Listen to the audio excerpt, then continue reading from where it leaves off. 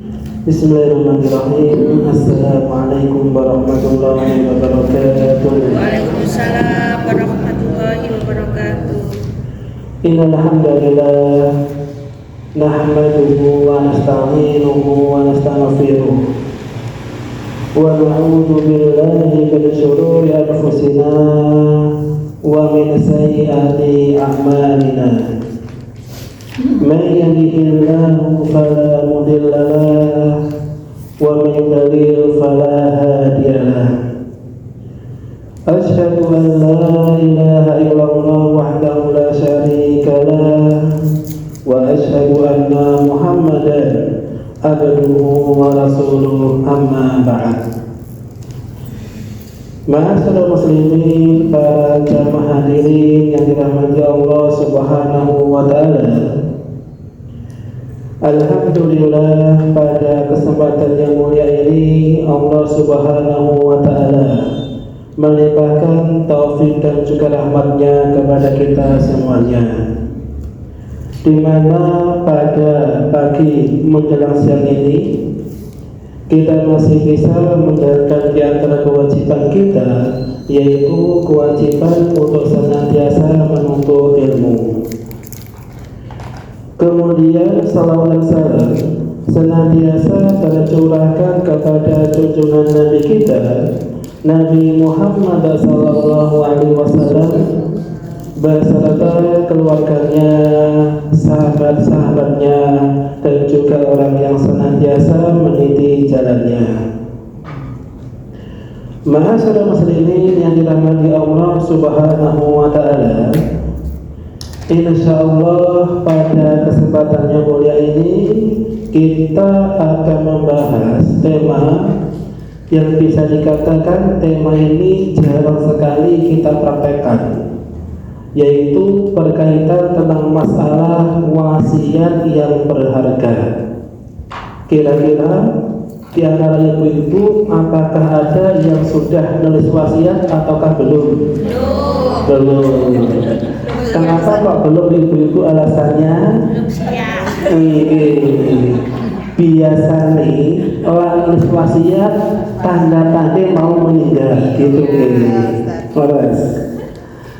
Dan apa sih definisi wasiat? Jadi di sini wasiat memiliki makna. Ya, wasiat memiliki makna. Secara bahasa, wasiat itu adalah pesan. Ya, secara bahasa wasiat itu adalah pesan. Adapun secara istilah, wasiat bermakna pesan yang diberikan oleh orang yang berwasiat kepada orang lain untuk melakukan suatu perbuatan setelah kematiannya. Jadi wasiat pesan yang diberikan oleh orang yang berwasiat kepada orang lain untuk melakukan perbuatan setelah kematiannya. Ya, untuk melakukan perbuatan setelah kematiannya. Ini definisi dari wasiat. Dan wasiat itu ada dua macam. Yang pertama, wasiat tentang masalah muamalah. Ya, wasiat tentang masalah muamalah. Dan yang kedua, wasiat tentang harta. Ya, yang pertama contohnya apa? Wasiat tentang muamalah. Contoh begini, saya kalau meninggal dunia, tolong dimakamkan di samping istri saya. Jadi ini wasiat tentang suatu muamalah atau perbuatan. Lah kira-kira ibu-ibu, kalau meninggal pinginnya dimakamkan di samping suami atau tidak? Terserah. Ayo bebas ini, insyaallah. Jadi harus kudu di samping suami. Berarti cintanya katanya dulu cinta hidup mati. kok sesurga, leres. Jadi kalau bisa hidup bersama-sama dan ketika meninggal itu dimakamkan berdampingan dan nanti bersama-sama di surga. Itu kalau bisa. Jadi ini yang pertama, wasiat suatu perbuatan. Dan yang kedua, wasiat tentang harta. Ya, wasiat tentang harta. Bagaimana contohnya?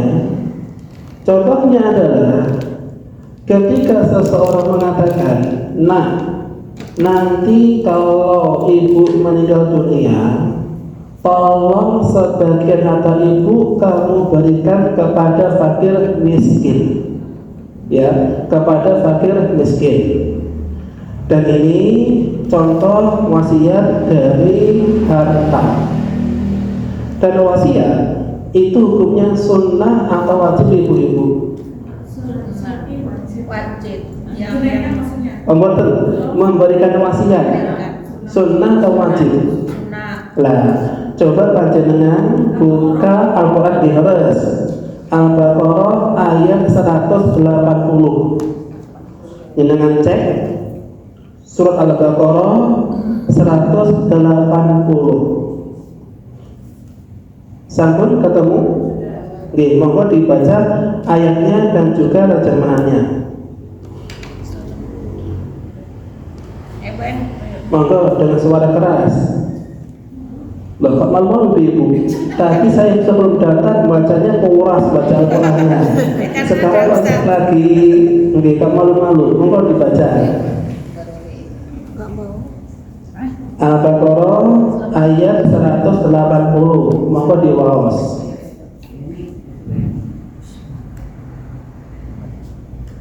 A'udzu billahi minasy syaithanir rajim.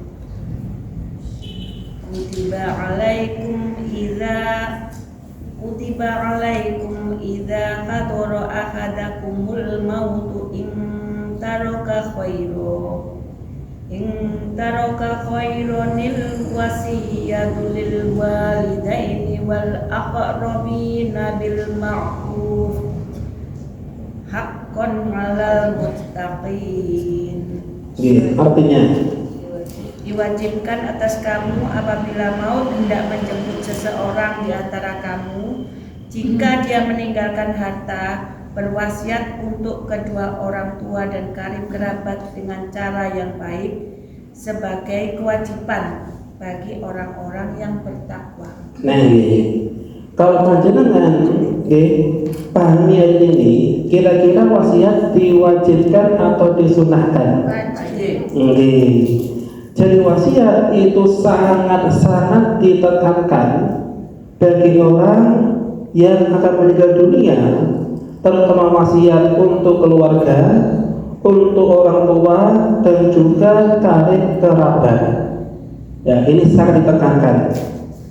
Dan juga yang ini didukung dalam hadis Nabi Sallallahu Alaihi Wasallam, ma haqqu mri'in muslimin lahu syai'un yuridu an yusiyahu fihi yabitu lailataini illa wa wasiyatuhu maktubah indahu. Yang maknanya adalah tidak layak bagi seorang muslim ketika melewati 2 malam dan dia tidak berwasiat, kecuali dia harus berwasiat secara tertulis di sisinya.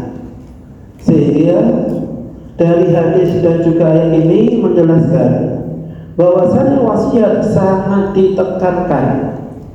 Sampai Ibnu Umar radhiyallahu anhu ketika mendengar sabda Nabi sallallahu alaihi wasallam, ia mengatakan, semenjak aku mendengar sabda beliau, tidaklah lewat suatu malam kecuali aku pasti berwasiat untuk kerabatku ataupun untuk keluargaku.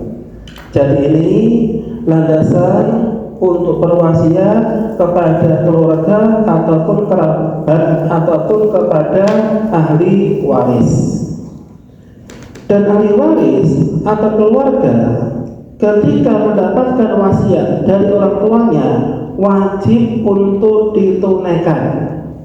Contoh nih, ketika panjenengan memiliki orang tua berwasiat, nak, nanti kalau ibu meninggal tolong dimakamkan di samping makam bapakmu, sehingga panjenengan selaku ahli waris yang dikasih wasiat wajib untuk menunaikan wasiat ibunya panjenengan. Itu wajib, karena wasiat itu adalah amanah dan wajib untuk ditunaikan amanah tersebut. Namun jikalau ada orang yang melanggar, sudah diwasiati, mengatakan iya namun tidak dilakukan, maka yang melanggar dia mendapatkan dosa. Ini sebagaimana dalam surat Al-Baqarah ayat 181. Allah berfirman, "Faman baddalahu ba'da ma sami'ahu fa innama ismuhu 'alal ladzina yubaddiluna." Yang maknanya adalah barang siapa yang mengubah wasiat setelah yang mendengarkannya, maka sesungguhnya dosanya untuk orang yang merubahnya. Jadi panjenengan kalau sudah diwasiati orang tua wajib untuk ditunaikan dan tidak boleh untuk dirubah. Walaupun salah satu anggota keluarga nggak setuju, tetap wajib dilakukan. Contoh begini nih, orang tua panjenengan berpesan kepada panjenengan, kalau meninggal tolong dimakamkan di samping istrinya atau suaminya. Dan panjenengan punya 5 saudara, jenengan setuju, yang lainnya nggak setuju, maka yang nggak setuju dia berdosa. Kenapa berdosa?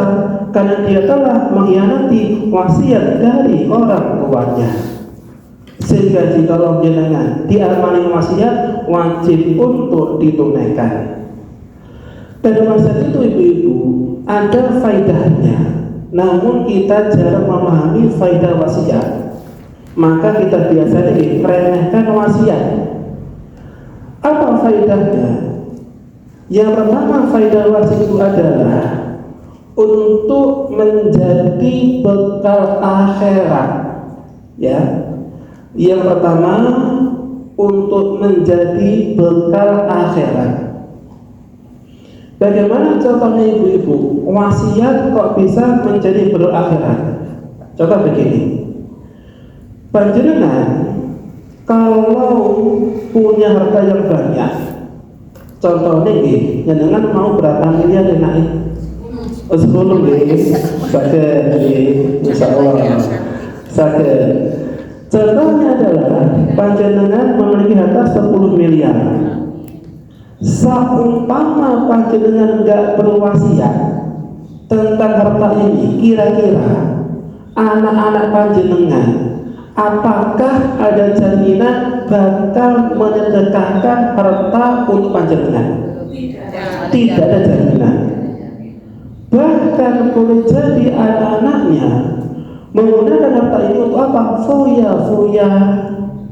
Sehingga jika panjenengan punya harta, boleh berwasiat kepada anak-anak panjenengan, nah, nanti kalau ibu meninggal dunia, tolong harta ibu 10%-nya kamu wakafkan untuk bangun masjid. Ya, untuk bangun masjid. Kira-kira ibu-ibu, harta tadi jenengan yang punya berapa miliar? 10 miliar. 10%-nya berapa? 1 miliar. Sehingga jika jenengan berwasiat harta panjenengan diwakafkan 1 miliar untuk masjid, maka kalau masjidnya digunakan untuk jamaah, untuk pengajian, untuk mungkin ibadah kepada Allah, atau masjidnya digunakan untuk baca Al-Quran, kira-kira jenengan yang berwasiat di akhirat dapat pahala jariah atau tidak? Dapat. Sehingga di sini dianjurkan jenengan berwasiat. Dan kita kalau meninggal dunia nggak bisa jagain anak, nggak bisa. Kenapa nggak bisa jagain? Karena anak itu nggak semuanya soleh. Ada aja orang punya anak 5, boleh jadi salah satunya anaknya gambling, boleh jadi. Sehingga jika kita punya banyak harta, kita capek pontang-panting cari harta, pagi sampai sore, sore sampai malam, setiap hari cari harta, biar harta itu manfaatnya untuk kita di akhirat, maka panjenengan dianjurkan wasiat. Karena apa? Iman. Sing kerja panjenengan, sing capek panjenengan. Ketika panjenengan tidak berwasiat, maka ketika meninggal gak oleh apa-apa di akhirat. Itu pentingnya wasiat. Maka Nabi SAW bersabda, "Idza mata ibnu Adam inqata'a amaluhu." Jika manusia meninggal dunia, semua amal perbuatannya terputus. Ya, kecuali 3. Yang pertama itu adalah shadaqatul jariyah. Yang kedua, ilmin yuntafa'u bihi. Yang ketiga, waladun salihin yad'ulah. Yang pertama apa tadi? Sedekah jariyah. Sehingga panjenengan kalau berwasiat, sebagiannya untuk beli mushaf, untuk bangun masjid, untuk sedekah fakir miskin, untuk pondok pesantren, maka jika panjenengan meninggal dunia, jenengan dapat amal jariyah yang terus mengalir walaupun panjenengan meninggal dunia. Itu pentingnya wasiat. Karena apa ibu-ibu? Karena ketika seseorang meninggal dunia, apakah harta bendanya dimakamkan sama pemiliknya? Tidak ada. Contohnya ini, ada nggak di Malang? Orangnya kaya, mobilnya banyak, uangnya banyak. Dia meninggal bersama dengan mobilnya di kuburan. Ada nggak kira-kira? Belum ada. Nggih, Cina nggak ada di Cina. Nggih, sebagian ada orang Cina. Nggih. Maka Nabi bersabda, "Ya jibahul mayyit salatah." Yang namanya mayit ketika dimakamkan akan diiringi 3 kelompok. Ya, mayit, jenazah ketika dimakamkan akan diiringi 3 kelompok. Siapa ibu-ibu? Yang pertama, mayit akan diiringi apa? Hartanya. Yang kedua, keluarganya. Dan yang ketiga, amal perbuatannya. Dan yang 2, harta, keluarga mesti balik lagi ke rumah. Ada nggak kira-kira ibu-ibu? Ada istri meninggal, suami ikut tidur di kuburan? Nggak ada. Bahkan ketika balik lagi ke rumah, besoknya nikah lagi. Sehingga jika ada suami mengatakan, "Gombali panjenengan, aku cinta kepadamu sehidup mati." Gedarus apa boten? Gedarus. Ya, justru bojone meninggal, suaminya itu bunga. Karena bunga punya kesempatan rapi lagi, enak sih menging, nah itu. Sehingga jika panjenengan meninggal, keluarga, bojo panjenengan, anak panjenengan, harta panjenengan semuanya balik ke rumah. Kecuali amal perbuatan panjenengan. Sehingga jika panjenengan punya amal sedekah, punya amal perbuatan yang baik, maka nanti ini yang bakal namanya panjenengan di akhirat. Sehingga ini pentingnya panjenengan berwasiat jika panjenengan punya harta. Punya harta. Nggih. Boleh tanya Ustaz? Monggo. Kalau kami mungkin sebagian kan tidak kerja Ustaz, Nggih. dikerjain aja. Nggih. Itu harta kalau misalnya meninggal, apa bisa berwasiat gimana Ustaz? Dari warisan yang jatahnya itu ya Ustaz? Nggih, leres. Jadi istri dia ketika bekerja tetap punya harta. Dari mana? Pertama, istri dapat harta dari hadiah suami. Contohnya jenengan nggih punya suami, cinta kepada panjenengan kaya raya, dan ketika panjenengan ya lagi butuh sesuatu, langsung menghadiahkan mobil mewah, langsung menghadiahkan rumah untuk panjenengan, langsung menghadiahkan perhiasan. Maka dia dari suami untuk istri itu menjadi milik istri, bukan warisan. Sehingga jika panjenengan pernah dihadiahi suami berupa perhiasan berapa gram ini ibu-ibu? 1 kilo per kilo? 2 kilo. Iya, kayak lombok saja bisa kilo per kilo.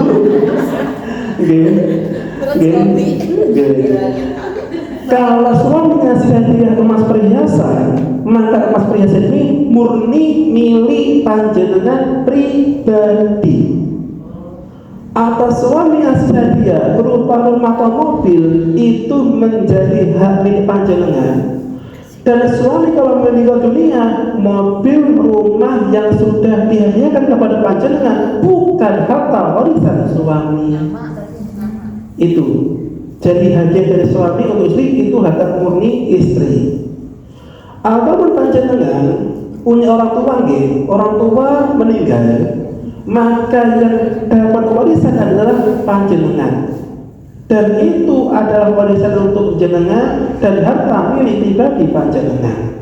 Sehingga jenengan boleh berwasiat dengan harta pribadi panjenengan. Dan saya yakin mesti ibu-ibu punya tabungan minimal ini ATM 1 juta. Ada nggak Bu? Insya Allah Insya Allah ada. Dan itu harta panjenengan. Dan boleh berwasiat akan diwakafkan untuk masjid ataupun untuk pengajian ataupun untuk pondok pesantren. Ini pentingnya wasiat ibu-ibu. Cuma ibu-ibu, jenengan tadi yang mengatakan, kenapa berwasiat? Takut mati, ya kan? Jangan mati ibu-ibu. Kenapa? Wasiat boleh diberikan walaupun belum mau mati, walaupun belum sakit. Jangan sehat begini boleh berwasiat. Tertulis ya Ustaz? Tertulis kalau bisa. Notaris. Kalau Notaris. Enggak, kalau bisa. Kenapa kok boleh sekarang berwasiat? Karena orang meninggal nunggu sakit dulu atau bisa dadak? Enggak, boleh jadi meninggalnya dadak tanpa ada sakit. Sehingga jika meninggal dadak, maka jenengan kadung gak iso berwasiat. Jadi wasiat jangan nunggu sakit dulu. Jangan sakit dulu.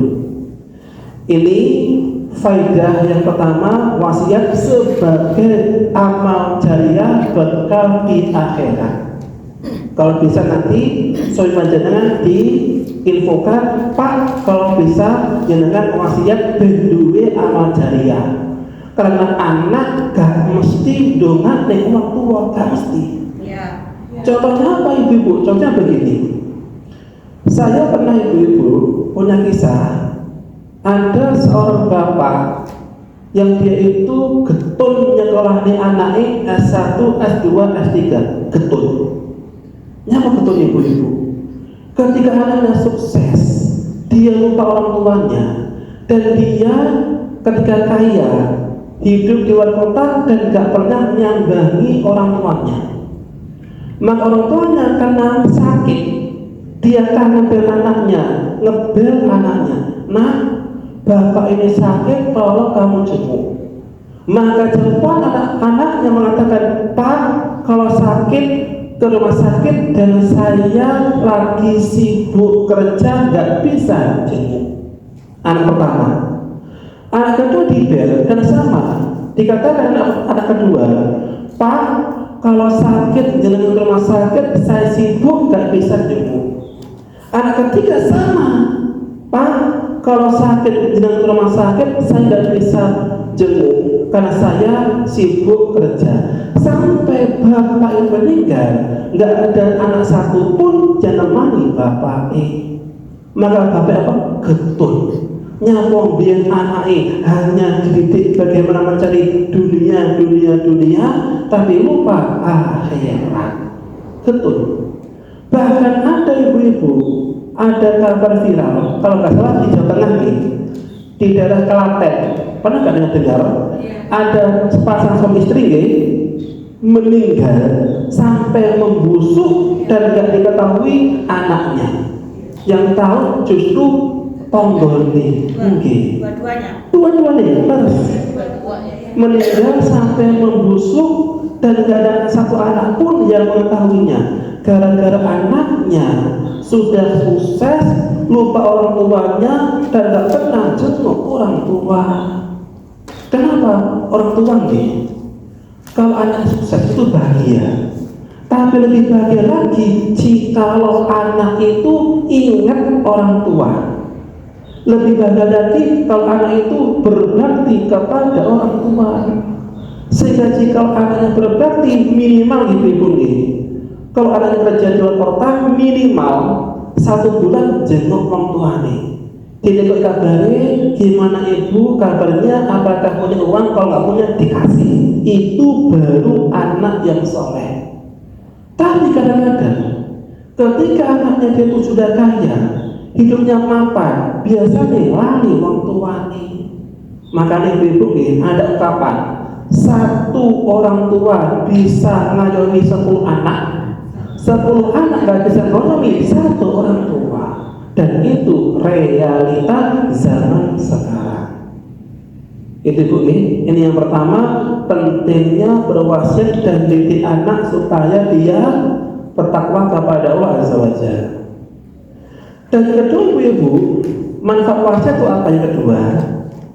Agar utang-utang orang tua dilunasi oleh ahli waris atau oleh anak. Ya, utang-utang orang tua akan dilunasi oleh ahli waris ataupun oleh anak. Dikarenakan ibu-ibu, ketika ada orang punya utang, resikonya ibu nggak hanya di dunia, tapi juga di akhirat.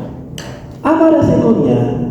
Resikonya adalah jika ada orang punya utang dan dia meninggal belum lunasi utangnya, yang pertama jiwanya nggak akan pernah tenang. Sebagaimana sabda Nabi, nafsul mu'min mu'allaqah bidainihi. Jiwanya seorang mukmin terkatung-katung gara-gara utangnya.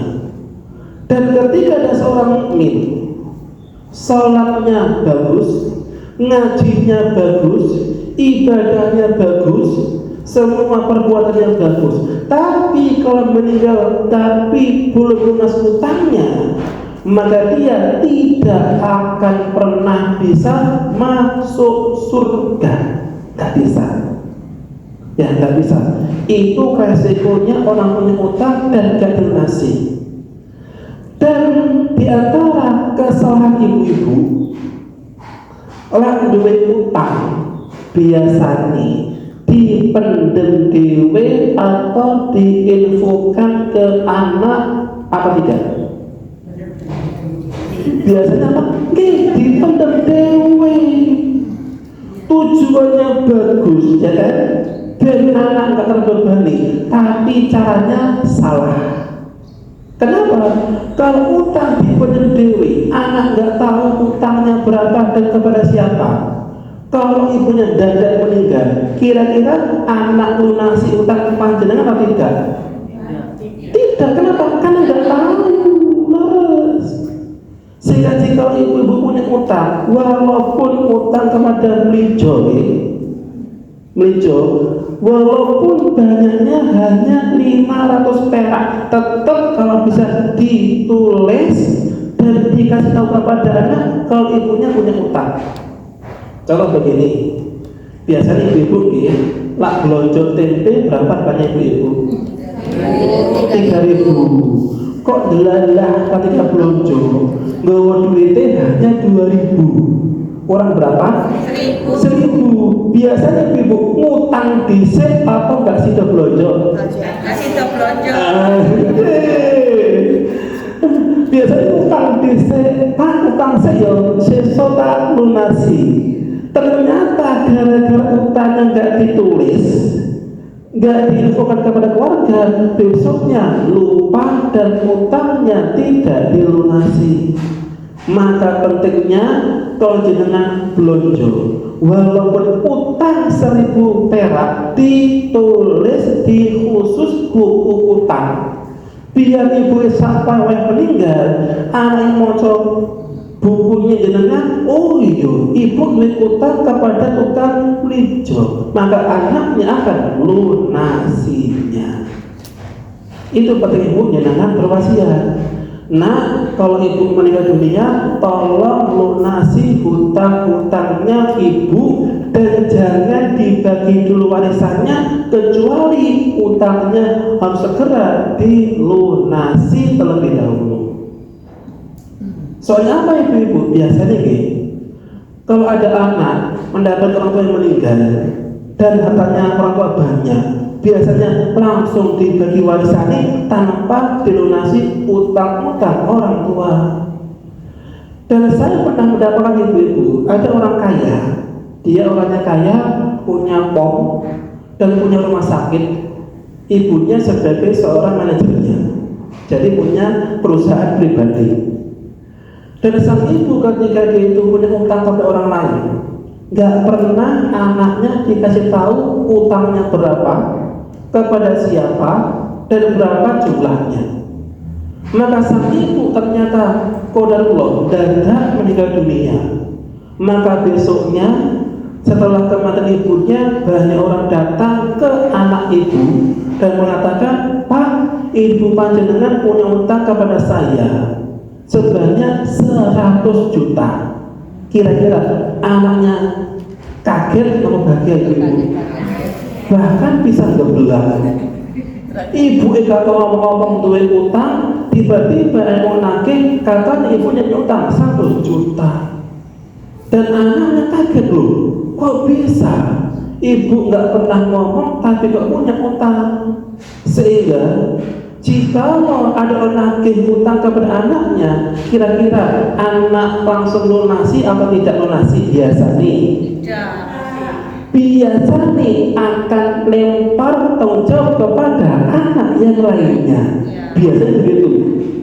Anak pertama melunasi maupun adik, ayo lunaskan utang ibu. Adik nggak mau, merintahkan adik yang lebih kecil lunaskan utang ibu. Ujung-ujungnya anak keluarga geger. Goro-goro anak tidak gelap nyawa utang orang tuanya. Siapa yang berkuasa di akhirat? Ya ibunya. Maka ibunya boleh berpesan, ya, wajib berpesan, nak, warisan ojo dibagi, kecuali utang-utang ibu harus wajib dilunasi terlebih dahulu. Kalau sudah lunas, maka sisanya boleh kamu bagi warisannya kepada saudaramu. Itu caranya ibu-ibu. Jadi kalau panjenengan punya utang, tetap ditulis minimal salah satu anggota keluarga tahu. Entah anak, entah suami harus tahu kalau ibu-ibunya pernah punya utang. Termasuk utang kepada teman panjenengan. Contohnya begini, ada Ibu Ani, ada Ibu Ani. Belum ada pendatang atau nama sembarangan ada saya. Contohnya Ibu Ani punya teman namanya Ibu Dewi. Nah Ibu Ani dia ngajak Ibu Dewi, piye kalau kita sama-sama ngopi bareng di warung atau makan bareng di warung. Ya Ibu Ani mau makan Ibu Dewi.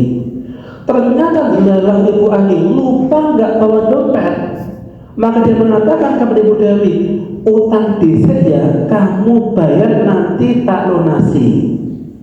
Dan biasanya kalau utang anak teman dicatat perbuatan moten. Lah dikhawatirkan kalau menjenengan semuanya yang meninggal, maka utang nggak lunasi oleh anak-anak panjenengan. Tapi saya yakin nih, kalau jamaah di sini Kalau utang sama teman, insya Allah nggak perlu dibayar, ikhlaskan, gitu nih. Walah, kocok dulu yang utang-utang, tak iya itu biasa nih. Ini buatan, ini soalnya kompak nih, insya Allah. Itu ibu. Itu pentingnya apa ibu? Utang itu dibayar. Ya, ini yang berapa? Kedua. Yang kedua. Yang ketiga ibu, agar anak bagi warisan sesuai dengan syariat. Ya. Yang ketiga, agar anak bagi warisan sesuai dengan syariat.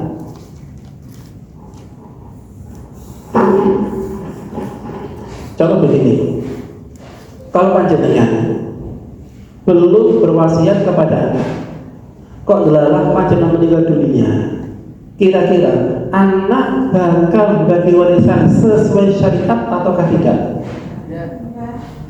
Biasanya tidak.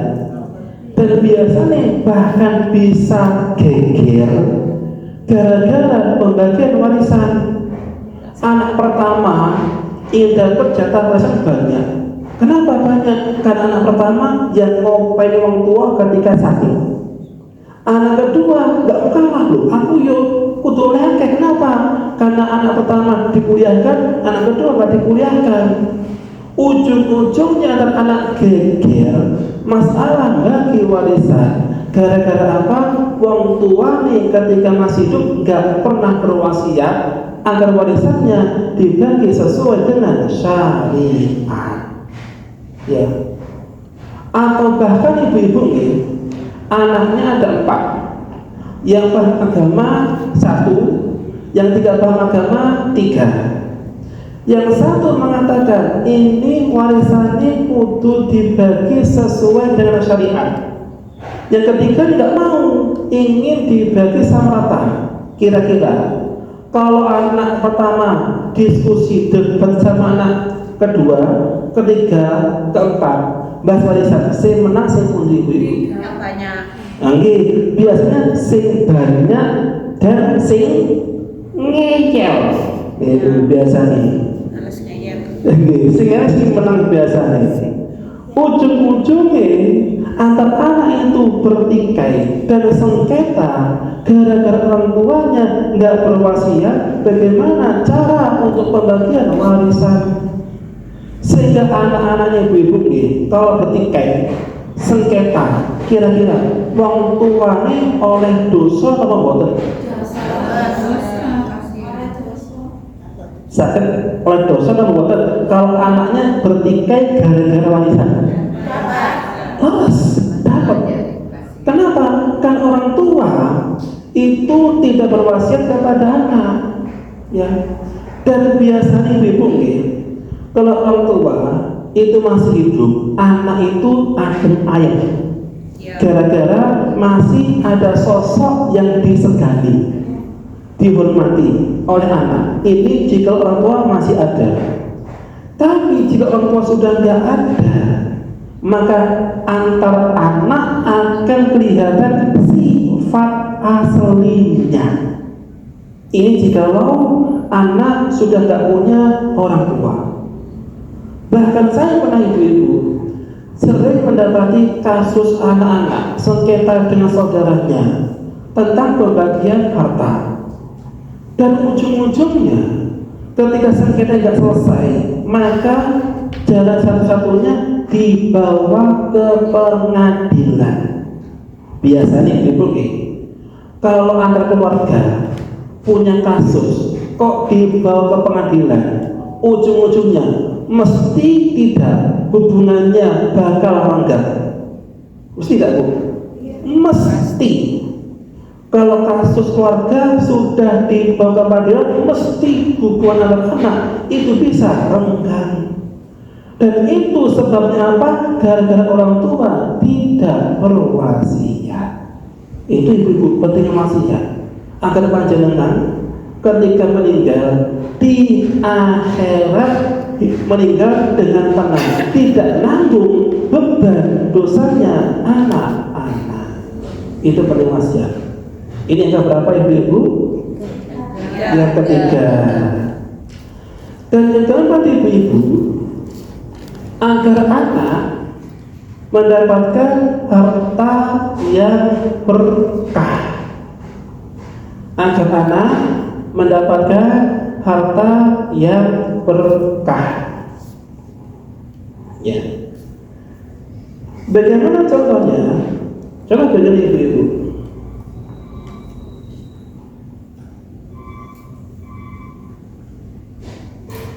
Contoh begini, ketika anak nggak paham agama, dia sepakat warisannya dibagi sama rata.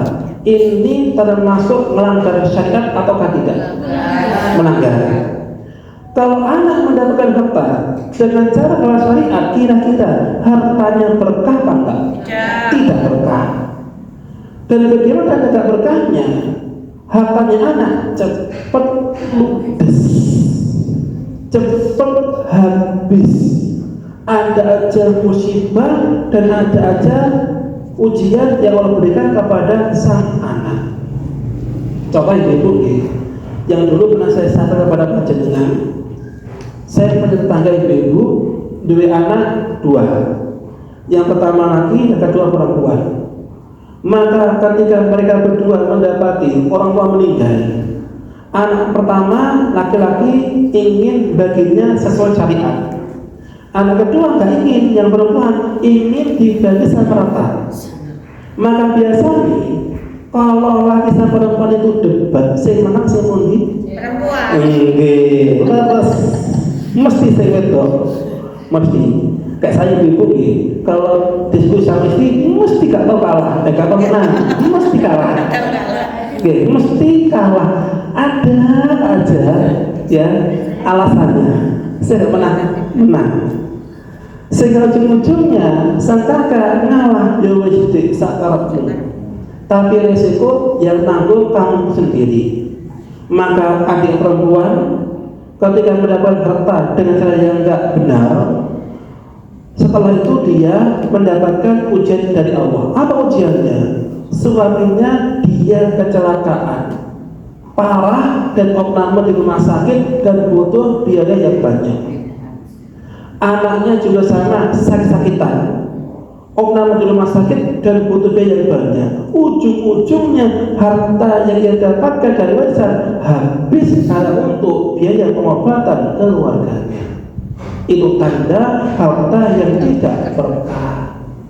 Sehingga orang tua ketika masih hidup, biar kalau tidak mati orang tua, anak tetap mampu, tetap kaya, hartanya berkah, maka orang tua boleh berwasiat, nah kalau cari harta yang benar, kalau bagi warisan yang benar, maka insya Allah kalau orang tua meninggal, anak hartanya berkah dan tetap menjadi anak yang berbakti dan mampu dalam hal finansial. Ini ibu-ibu, 4 tujuan utama seseorang berwasiat. Kira-kira bagi panjenengan wasiat penting nggak ibu? Penting. Karena ini untuk apa? Masa depan anak dan masa depan orang tua ketika sudah meninggal dunia. Tanya boleh Pak? Monggo. Waktu Bapak itu masih hidup itu dibagi, yang perempuan yang mengikuti syariat itu ya. Selesai meninggal, yang laki-laki kan anak banyak yang sudah dijual itu loh, pas bagi itu Pak. Dijual oleh anak-anaknya. Iya. Yang bagian yang perempuan itu masih nggak dijual tapi masih namanya bapak. Ya, dan begitu meninggal yang laki-laki itu minta lagi. Kan betul jadinya. Iya. Oh, oke. Oh gitu ya. Jadi begini, orang tua ketika ngasih harta kepada anak dalam kondisi orang tua masih hidup, itu namanya adalah hibah. Hibah. Sehingga jika hibah itu beda sama warisan. Kalau warisan jatah warisan perempuan berbeda, tapi kalau hibah dianjurkan sama rata. Kalau hibah, jadi hibah diajukan sama rata, dan hibah itu ketika orang tua masih hidup, ya, dan diajukan sama rata. Sehingga jika anak sudah dikasih hibah oleh orang tuanya, contohnya anaknya itu ada 2, rumahnya orang tua ada 4, gitu ya, atau sebaliknya guys, rumahnya 5 ya, kalau 4 kurang, anaknya 2, rumahnya orang tua ada 5. Maka orang tua ketika ngasih anaknya ada 2. Kalau anak perempuan dikasih rumah, maka anak kedua laki-laki juga harus dikasih rumah yang nilainya sama, nggak boleh berbeda. Nah itu sulit kan Ustaz? Nah, bagaimana caranya biar sama? Dinominalkan dengan uang. Contohnya anaknya yang pertama dikasih rumah harganya 1M, anak kedua juga sama rumah 1M. Kalau beda harga, maka bisa anak yang harga rumahnya lebih gede nyusui kepada adiknya. Kalau nggak bisa, maka anak yang harga rumahnya itu lebih murah minta keridoannya biar dia ikhlas, baru itu boleh, ya, diajarkan sama rata. Contoh begini, nyenangan berapa saudara? 2. Loh kok ini anak ini? 5 gitu. Contohnya orang tua panjenengan anak berapa? Oh, ini anak berapa? 4. Contohnya orang tua panjenengan masih hidup. Ternyata orang tua panjenengan ngasih hadiah anak pertama mobil, anak kedua itu rumah, anak ketiga itu mungkin sawah, anak keempat panjenengan gak dikai opo-opo. Kira-kira panjenengan legowo apa Rasulullah? Mesti Rasulullah. Dan pasti hatinya mosok bapak orang adil. Kakak kakaknya dikasih hadiah, anak yang gampang gak dikasih apa-apa. Maka hadiah diajukan sama rata, gak boleh beda. Kemudian jika orang tua sudah ngasih hadiah kepada anak, itu menjadi hak anak. Tadi orang tua punya berapa rumah? 5. Rumah berapa yang dikasih kepada anak? Ada berapa? Ada berapa rumah? Tadi artinya berapa sih? 4. Benar-benar betul. Dari awal nih. Omae 5. Contohnya ane loro deh, ya loro. Masing-masing dikasih rumah. Tinggal berapa rumahnya? 3. Maka bapak kalau meninggal, maka yang menjadi warisan hanya rumah yang 3 ini. Yang 2 sudah dikasihkan kepada anak, bukan warisan, hibah. Sehingga jika masing-masing saudara sudah punya rumah, ternyata oleh kakaknya rumahnya dijual, dan kakaknya di sini minta tambahan dari bapaknya, itu nggak boleh, karena sama saja dia arogan. Wes dikai omah kok minta omah lagi, dan kakak yang sudah punya rumah tetap dapat warisan dari sisa rumah yang ketiga. Dan ini 3 rumah dibagi kepada kakak sama adiknya sesuai dengan syariat. Sudah terjawab Bu ini. Iya. Itu nih, insyaallah. Gimana? Kalau wasiat itu tidak sesuai syariat kan boleh tidak dilaksanakan ya. Contohnya misalnya seperti ini, seorang ibu itu kan sebagai ahli waris, bukan sebagai pemilik misalnya, bukan sebagai yang mempunyai harta, tapi beliau sebagai ahli waris. Tapi di tengah perjalanan beliau ini berwasiat rumah ini tidak boleh dijual kecuali untuk anak yang kecil. Nah ini kan animal kan tidak sesuai syariat kan gitu, boleh dilanggar. Harus. Ini sering terjadi di masyarakat. Contohnya nih, ada orang tua mengatakan, kalau saya meninggal dunia, rumah saya berikan kepada anak si ragil, gitu. Kira-kira ini boleh atau tidak? Maka jika wasiatnya rumah hanya dikasih kepada anak ragil, anak yang tidak dapat rumah, kira-kira akan memicu iri hati antar anak ataukah tidak? Ya. Memicu. Pasti ada anak sing meri, pasti. Maka jika wasiatnya memicu pertikaian antar anak dan wasiatnya tidak sesuai dengan syariat, maka wasiatnya itu batal dan tidak sah. Boleh sah, tidak sah, dan harus dibantu sesuai dengan syariat. Namun jikalau adik ragilnya dia tidak mampu dan kakaknya mampu dan kakaknya itu ridho, ikhlas, terus dia gak apa-apa rumah PN soalnya aku sugih, baru itu yang boleh. Kalau kakaknya mengikhlaskan. Tapi kalau kakak tidak ikhlaskan, maka rumah harus dibagi sesuai dengan syariat. Makanya ibu-ibu kalau panjenengan menghibahkan barang kepada anak-anak, kalau bisa semua anak itu ngumpul. Contohnya, anak pertama dikasih rumah harga 1 miliar, anak kedua dikasih rumah harganya 700 juta. Kan angel tuh nyamakan. Maka panjenengan kalau nggak bisa menyusui kepada anak atau kakaknya nggak bisa menyusui kepada adiknya, maka jangan boleh tanya, nah ini kakakmu tak kasih rumah 1 miliar, kamu hanya rumah 700 juta, kira-kira kamu ikhlas apa enggak? Kalau ikhlas perkara selesai, kalau nggak ikhlas maka hibahnya harus sama rata.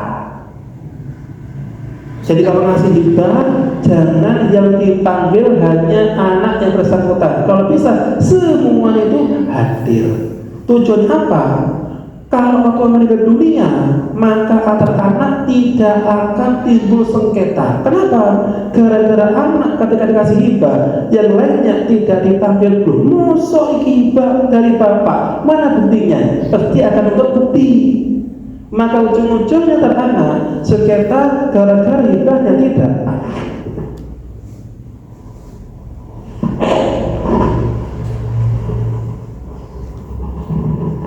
Nah, gitu ya.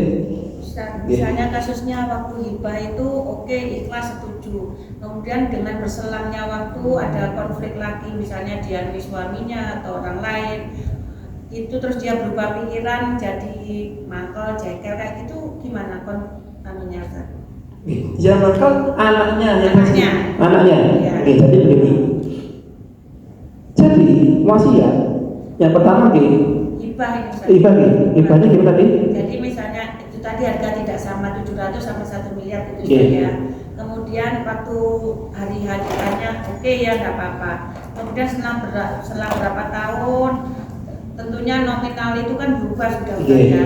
Nah kemudian dia ada bisikan yang lain-lain, terus misalnya ini dia jadi yo aku kenapa kok ibu bilang kayak gini kayak gitu kok, terus dia getun lah. Oke, kelas ngapain kayak gitu lah. Itu gimana Ustaz? Oke, jadi begini. Kalau di suatu waktu yang dihibahi itu getun. Iya, karena nilainya beda. Bukan karena nilai, karena waktu itu bilang oke, iya ikhlas, ternyata setelah berapa tahun dia berubah pikiran gitu loh. Maka ya. Apa boleh? Jikalau orang tua masih ada, maka hibah wasiat boleh berubah. Sakit. Kalau orang tua masih hidup, contohnya anak pertama dikasih rumah, anak kedua dikasih rumah, cuma beda harga. Kalau orang tua masih hidup, maka anak kedua bisa protes, Pak, ini kok saya merasa hibahnya nggak benar. Kira-kira kalau dihitung ulang boleh nggak Pak? Maka bapak sang orang tua boleh merubah hibahnya. Boleh. Jikalau orang tua masih hidup. Karena orang tua ketika ngasih hibah kepada anaknya, itu hukumnya harta orang tua sudah pindah kepada anak. Dan hukum asal mula narik hibah itu nggak boleh. Sampai Nabi mengatakan, orang yang menarik hadiah dari orang lain dan mengambilnya lagi seperti anjing yang meludahi liurnya sendiri, menjilati. Inti ini hukum asal mengambil ulang hibah. Tapi jika orang tua mengambil lagi hibahnya dari anak, itu boleh. Ini pengecualian. Apa alasannya?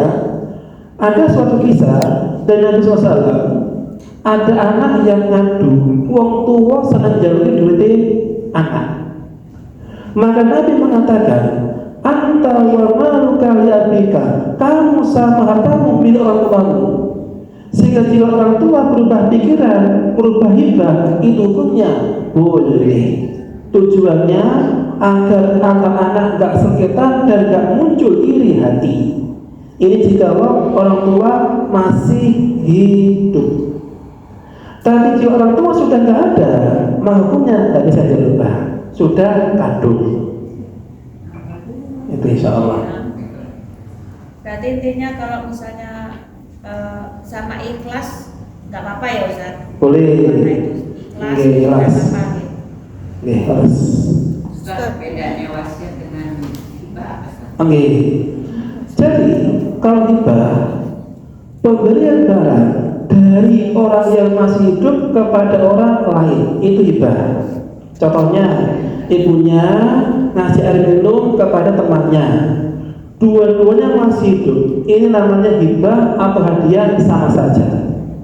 Tapi kalau wasiat, pemberian harta dari seseorang kepada pihak lain ketika yang ngasih harta meninggal dunia. Contoh begini, ini saya wasiatkan untuk siapa yang nak lagi? Untuk Dewi, aku cemburu bojone kula nggih. Pun datang nggih. Ini saya wasiatkan, tak berikan, tak wasiatkan kepada Ibu Dewi. Kira-kira air ini sudah pindah ke Ibu Dewi atau belum? Belum. Kapan pindah? Setelah yang ngasih meninggal dunia. Jadi kalau wasiat, harta pindah ketika yang berwasiat meninggal dunia. Tapi kalau hibah, ketika ngasihkan hadiah, ketika orangnya masih hidup. Banyaknya wasiat untuk sepertiga dari Lepas. Dan wasiat maksimal itu hanya boleh sepertiga, nggak boleh semua harta diwasiatkan. Contoh begini, gara-gara panjenengan sayang kepada anak, rumah, tanah, mobil diwasiatkan semuanya untuk anak, itu tidak boleh. Atau rumah, mobil, tanah diatasnamakan anak, itu nggak boleh. Kenapa nggak boleh? Yang pertama, karena di sini akan mendolimi ahli waris yang lainnya. Contoh begini ibu-ibu, contoh nih, jangan punya suami, ya punya suami, sugih, hartanya 1 miliar. Serta mana suami mewasiatkan semua hartanya untuk anak, dan suami meninggal dunia, istri dapat nggak jatah warisan? Nggak dapat. Kenapa? Sudah habis. Ya, dan jangan selaku istri, kira-kira merasa sedih apa enggak? Sedih. Mosok meninggal bojo oleh harta, semua gajah kepada anak. Enak geles. Dan nggak semua anak, dan nggak semua anak ya mau ngerawat ibu, nggak semua anak. Ya, bahkan saya banyak kisah ibu-ibu, banyak kisah dari teman-teman saya, kisah pribadi. Ketika anaknya itu punya harta waris dari bapaknya, qadarullah naudzubillah, ibu diusir gara-gara anaknya terpengaruh dari istrinya. Itu pernah ada. Makanya kalau bisa ibu-ibu, kalau jangan punya harta banyak, bojo yang punya harta banyak, jangan semua dikasihkan ke anak. Jangan semuanya diatasnamakan untuk anak. Kenapa jangan ibu-ibu? Kalau semua harta diatasnamakan anak, Harta yang megang semuanya anak. Kalau panjenengan sakit, butuh biaya, kira-kira sungkan nggak jalur kepada anak? Ya. Sungkan. Maka kalau bisa, jenengan nggak ngasih semua harta untuk anak. Dan kalau bisa, jenengan sisakan untuk hidup ya di masa tua atau untuk uang pensiunan. Anak boleh kasih harta asalkan tidak semuanya. Dan kalau bisa secukupnya saja. Karena biasanya lah wong tuane sugih, anak itu akan apa? Kecipratan. Menganu lebih menghormati orang tua. Soalnya kalau nggak hormat lebih nggak oleh warisan. Ini kalau orang tuanya sugih. Tapi jika orang tuanya nggak duit apa-apa, hartanya semua jatuh ke anak, biasanya anak akan melupakan orang tua dan mungkin anak cenderung seneng bojone daripada orang tuanya. Anak laki atau perempuan kayak gitu tuh sama. Ini podo mawon. Sami-sami saja itu ibu. Nggih. Seandainya hartanya cuma satu ya, umpamanya satu. Nggih. Tapi kayak rumah satu di anaknya satu, terus rumah itu dinamakan anaknya. Nggih. Itu gimana? Jangan dulu. Hartanya hanya rumah nggih. Ya. Oleh orang tua hartanya rumah ini atas nama anak. Kalau bisa jangan. Orang tuanya masih hidup. Orang tua masih hidup. Kalau bisa jangan. Udah kado ayo. Hidup orang tua sih. Kenapa itu ibu? Jangan dulu dikasihkan kepada anak gini-gini. Contoh ibu, kalau panjenengan punya rumah, aktenya, sertifikatnya atas nama anak. Contohnya anaknya itu mungkin perempuan. Ya. Dan anak perempuan panjenengan nikah sama laki-laki. Boleh jadi suaminya menghasut anak dan rumahnya atas nama suami. Dan orang tua ketika anak laki-laki atau nanti tidak suka, boleh jadi anak laki-laki musuh orang tua nih, gak diajari. Dan orang tua gak diri apa-apa. Karena gak semua menantu itu baik. Bahkan saya pernah dapat cerita dari jamaah ibu-ibu. Pernah ada seorang ibu punya anak perempuan. Si perempuan nikah sama laki-laki. Kemudian si laki-laki nyuruh istrinya ngambil sertifikat, dan ujung-ujungnya oleh menantu laki-laki sertifikat digadekan. Bahkan pernah ada kasus dijual. Ujung-ujungnya sang ibu dan anak perempuannya sekarang alhamdulillah kontrak gara-gara ulah menantu yang gak punya akhlak. Itu kita khawatirkan. Maka kalau bisa ibu, kalau terlanjur yang megang sertifikat panjenengan. Oh iya. Jangan dikasih kepada anak, terlebih anak sudah berkeluarga. Jangan. Malah bisa makan. Dalam Belum baik nama kan? sudah. Niki sadar, sudah oke. Harus ada. Udah nama anak saya. Nah itu kalau bisa jangan yang pegang. Jangan dipegangkan menantu. Jangan pegang dan jangan diserahkan kecuali penjenengan dalam kondisi mau meninggal. Wah, mana inget ya? Enggak, insyaallah. Dan mudah-mudahan salihah anaknya insyaallah. Itu yang kemungkinan terburuk yang kita bayangkan jika Allah rumah atas nama anak. Terus yang kedua, Boleh. keluarga suami ya, itu hartanya itu di apa? Wasiatkan nggak boleh dijual. Sesudah meninggal ternyata anaknya itu Rebutan. gitu. Anaknya berapa ibu? 8. Wah, Allah 8. Rumahnya besar Yang kecil. yang nempati yang bungsu. Si Rakil. Rakil bungsu apa Karena ini? yang kumpul sama ibu Kan bungsu. Jadi yang lainnya pada Sudah nyaru masing-masing. udah alhamdulillah. Harus. Ini juga sering terjadi. Nggak mau ke rumah Oh, nggak mau apa. jadi akhirnya nggak mau nempati gara-gara tidak pada anak bungsu gitu gitu. Nah, Orang tua sudah meninggal. Udah meninggal semua. oh, Jadi sama yang busu apa ya? Dikuasai. Dikuasai. Gitu loh. Nggak Nggih. Nggak akur. Nah, nggih.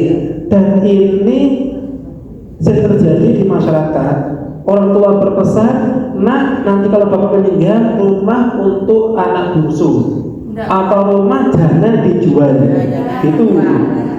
Apakah boleh? Tidak boleh. Kenapa nggak boleh dijual? Kenapa nggak boleh dijual?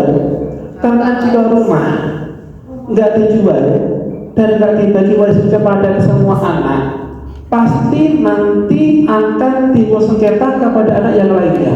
Anak cucu. Nggih, anak sing rapi dikai omah, anak sing baru nikahi, mesti akan timbul sengketa dan iri hati antar anak. Sehingga jika ada anak sengketa, iri hati, maka orang tua dapat dosa jariah. Sehingga wasiatnya itu batal. Batal. Bisa berubah. Kenapa batal? Karena wasiatnya tidak sesuai dengan syariat.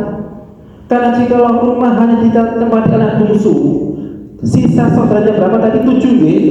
Nggak dapat rumah atau waris sama sekali, maka sama saja anak bungsu menzalimi 7 saudaranya.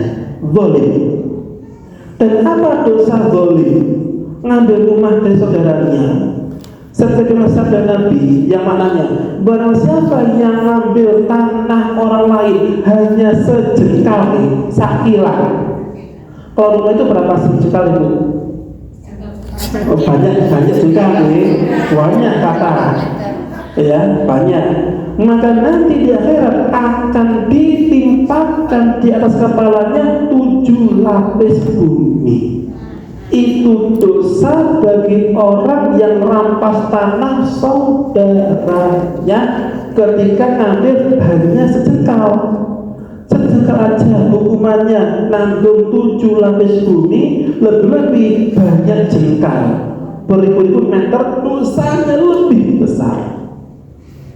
Dan biasanya ini roto-roto kalau ada orang dapat harta tapi dengan cara yang tidak baik, melanggar syariat, biasanya keluarganya tidak akan tentram. Biasanya ada aja masalah, ada aja musibah, ada aja perkara-perkara yang menimpa dia, pasti tidak akan tenang. Gara-gara apa? Dan mendapatkan dengan cara menzalimi orang lain, itu pasti. Dan saya yakin. Makanya pentingnya orang tua bijak. Kalau dia berwasiat, tolong gak apa-apa dijual asalkan sesuai dengan syariat. Namun jika orang tua gak tego, iki rumah banyak kenangan, gitu ya. Rumah banyak sejarahnya, maka tetap dijual tapi dengan cara disusui oleh anak yang mampu. Gitu. Contohnya anak 2 nih, rumahnya harga 1 miliar. Ketika dijual ke pihak lain, maka jika kedua-dua anaknya itu laki-laki, masing-masing berapa ibu jatahnya? 500. Maka anak yang kaya nyusul 500 kepada anak yang nggak mampu, dan rumah menjadi anak yang kaya. Itu cara nyusui. Pertanyaan lagi.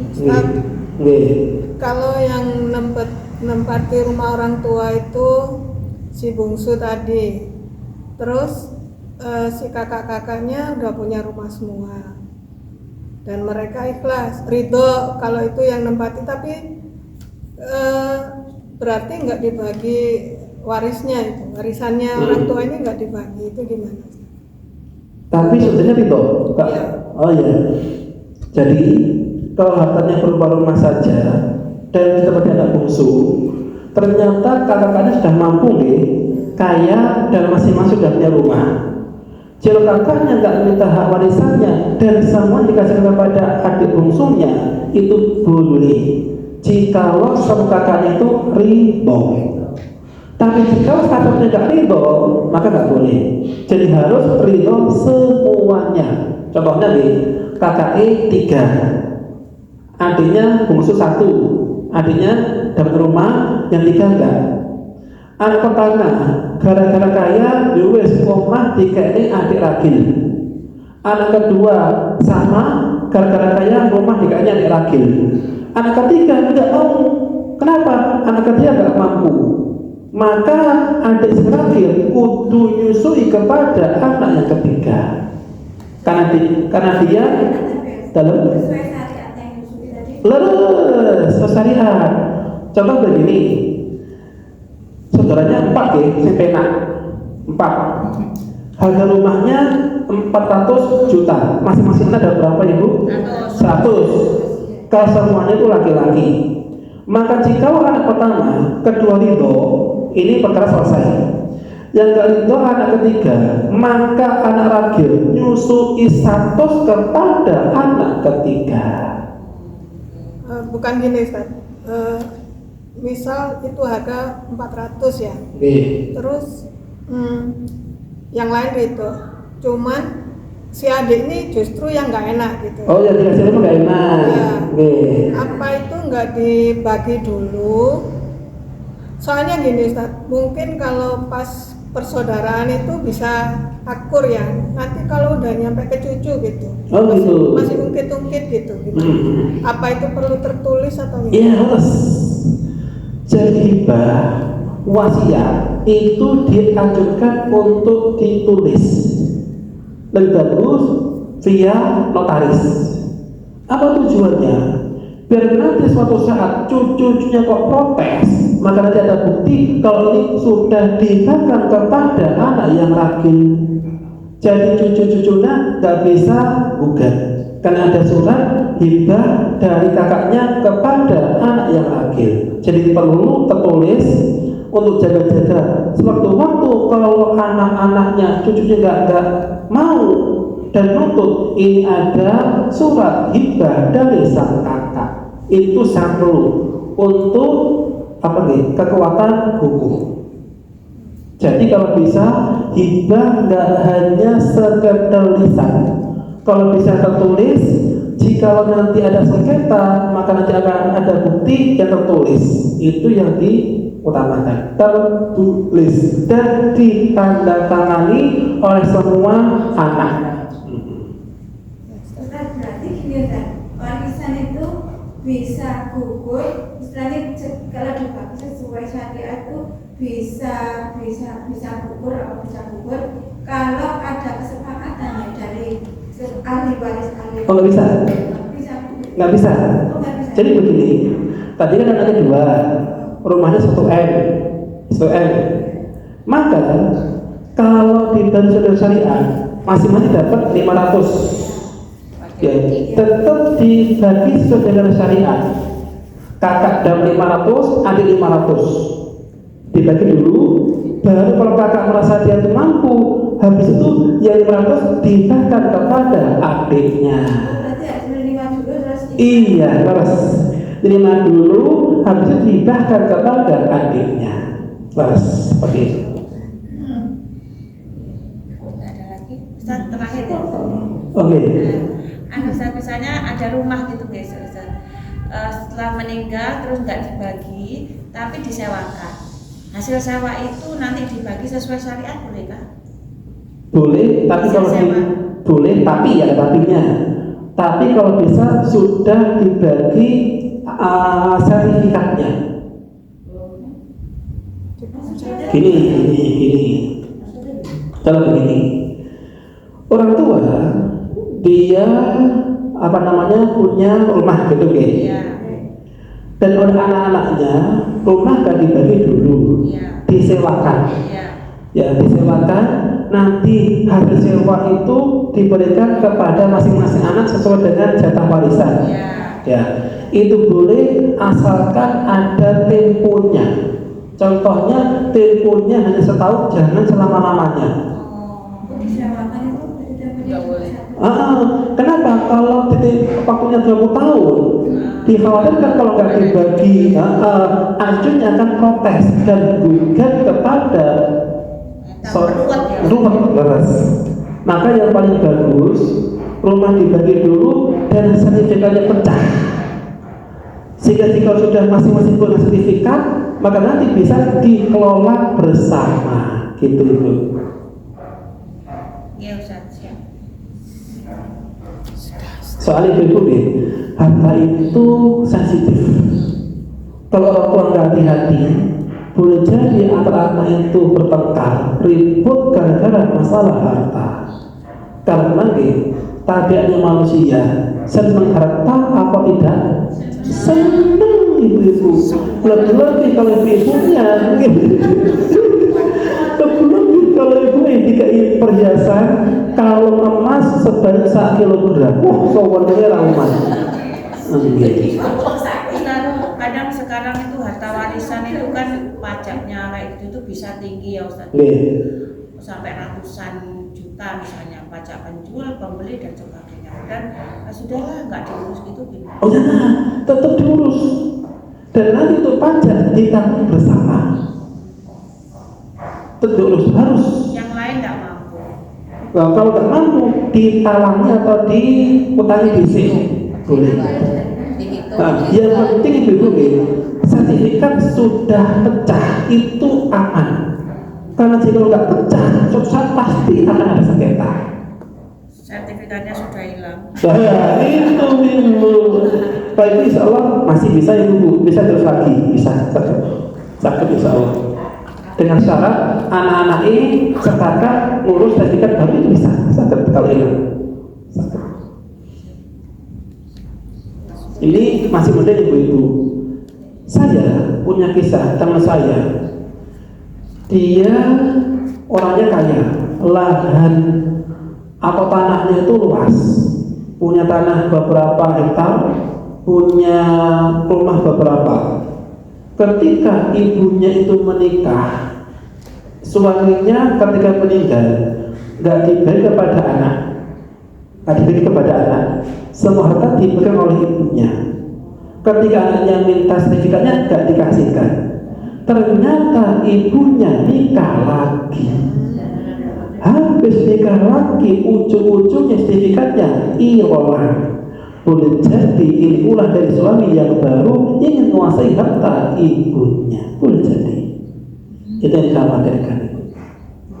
Jadi hati-hati benar ibu-ibu jikalau masalah harta itu sensitif dan sumber fitnah. Sampun ini. Alhamdulillah. Sekian yang bisa kita sampaikan.